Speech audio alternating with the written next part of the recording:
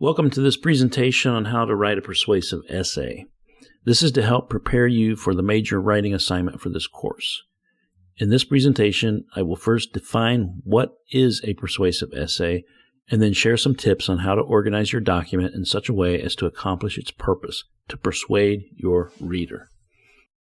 Note that we are not using the word argument in the popular sense of a heated exchange. In logic, an argument is a process by which an individual attempts to show that his proposition is true. Notice also that there are two types of argumentation. Logical argument leads to certainty if you have committed no logical fallacies and your premises are true. Evidential argument leads to probability based on the strength of your evidence. A persuasive essay tries to produce some kind of change in the reader. That change can involve taking some kind of action, but not necessarily. The change you seek may be a change in your audience's thinking. There are 4 steps in preparing a persuasive essay. First, you need to decide your position. The second step is to study the problem. Third, you study your reader. And finally, structure your argument. Choose your position. Writing a persuasive essay starts with taking a position. This is not the time for ambiguity. State what you believe. Don't use "in my opinion" or "perhaps" or "maybe." Use words that convey conviction. If you believe the earth is flat, say, "I believe the earth is flat." This may sound counterintuitive. Why would you decide your position before doing some research? We usually come to a problem with an idea of what the answer is likely to be. Go ahead and state that position up front. If it makes you feel better, call it a hypothesis. You can always adjust your position as you discover new data. Study the problem.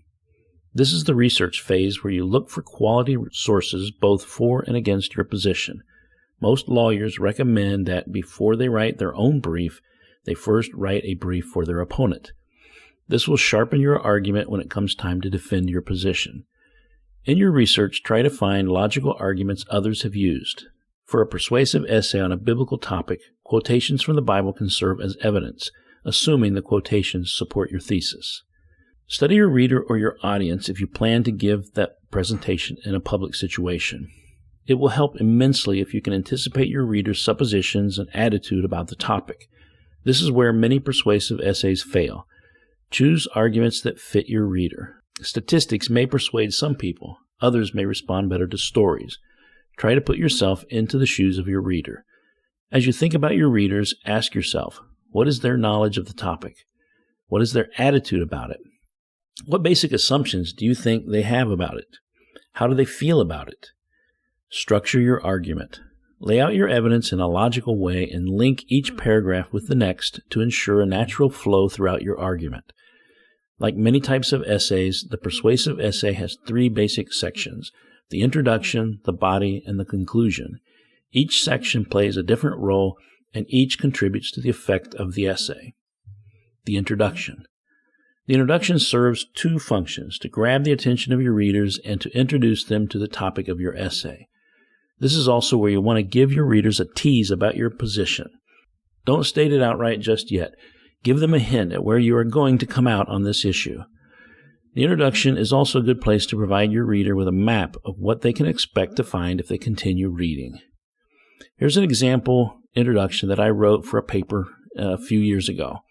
Have you ever asked yourself whether you have committed the unpardonable sin? It is a question that keeps many people from drawing near to God. This is unfortunate, given that the core tenet of the Christian faith is the good news that in Christ there is forgiveness. Not only is God willing to forgive, He is eager to do so. But are there sins that God could never forgive? One passage that seems to answer the question in the affirmative is Luke 12:10. This verse has caused many to despair, convinced they have committed the unpardonable sin. It is paramount, therefore, that we understand what Jesus meant. To do this, we must look at how Jesus' statement fits into Luke's 2-volume account, how it fits the Old Testament promises of an outpouring of the Spirit combined with forgiveness for Israel, and how in the book of Acts God offered Israel a second chance. In this essay, I argue that Jesus' words point to a specific situation, one which we read about in the Acts of the Apostles. The first sentence is intended to capture the reader's attention. It does so by asking them a personal question, one which many of us have asked ourselves at some time in our life. This sentence introduces the reader to the topic. In this case, the reader now understands that this essay will address the meaning of Luke chapter 12, verse 10. This sentence sets out a roadmap showing the reader what he or she can expect if they continue reading. The final sentence provides the reader with a hint at what my position is about this passage. Notice, I don't yet state my position explicitly. I give them enough information to point to where I am going. Let's now turn to the body of your paper. The body represents the bulk of your essay. This is the part of the essay where you support your position with evidence. The body of a persuasive speech generally has 4 main points: the elaboration of the need, satisfaction of the need, response to objections, and visualization of the desired result. Need. You've already introduced the need in the introduction. Now you want to elaborate to develop that need. There are many ways to do this, including telling a story, quoting some statistics. But beware, people's eyes glaze over very quickly with statistics. Describing the symptoms of the problem, describing the people affected by the problem, describing the negative impact that will occur if they do not solve the problem. Satisfaction. This section begins with a clear statement of your position and then is followed by your arguments. There are 2 ways to support a position, through reason and evidence. Reason has to do with adherence to the principles of logic. Evidence has to do with facts, authoritative sources, and examples. Consistency is crucial. Make sure each point leads logically and naturally to the next. Refutation. The Apostle Paul wrote, "The weapons of our warfare are not of the flesh, but have divine power to destroy strongholds. We destroy arguments and every lofty opinion raised against the knowledge of God, and take every thought captive to obey Christ." 2 Corinthians 10, 4 and 5. Trying to persuade someone is like going into battle. As followers of Jesus, we must be firm, but also kind. Our purpose is to destroy their arguments. It is not to destroy the person. This means we cannot ignore the opposition.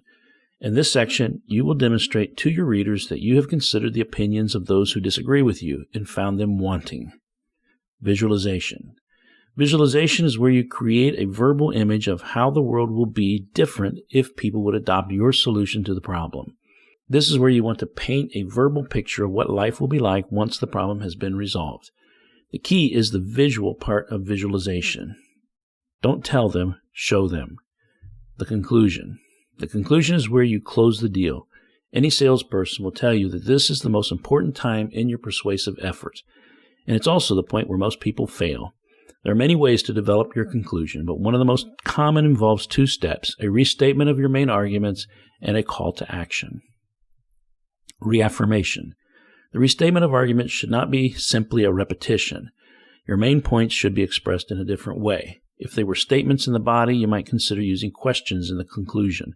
If they were present tense in the body, you might consider using future tense in the conclusion. A call to action. In addition to reaffirming your main arguments, you also want your readers to take action. Your readers should come away convinced that your position can withstand the scrutiny of critics and willing to act on the issues you raised. Here is an outline of a typical persuasive essay. In this final section, I want to share with you some general recommendations about how to write a successful persuasive essay. A persuasive essay requires research to substantiate your claims. An argument without evidence is merely an opinion. Evidence makes the argument persuasive. Readers tend to doubt or ignore evidence that is not properly cited, so it's important that you record and cite your sources completely and accurately. It is also important that you use quality resources. Here is an example of how to cite a source. Notice that this example is not a quotation. The author refers to information they received from a source. Write and think in paragraphs. Each paragraph should relate to and support your thesis. Use specific examples to support your general statements. Stay on track. Don't go down rabbit holes. Each paragraph should convey a coherent thought. Don't avoid the opposition. One of the quickest ways to get people to dismiss your argument is to ignore opposing viewpoints. We must assume that our reader will be aware of these. The role of emotions. There is no denying that emotions play a big role in how people choose what to believe and what actions to take. The golden rule in persuasive argumentation is, first, make sure your argument is sound and valid, then add the emotional dimension. The visualization step is a good place to include emotion. Thanks for your attention, and I look forward to seeing you again.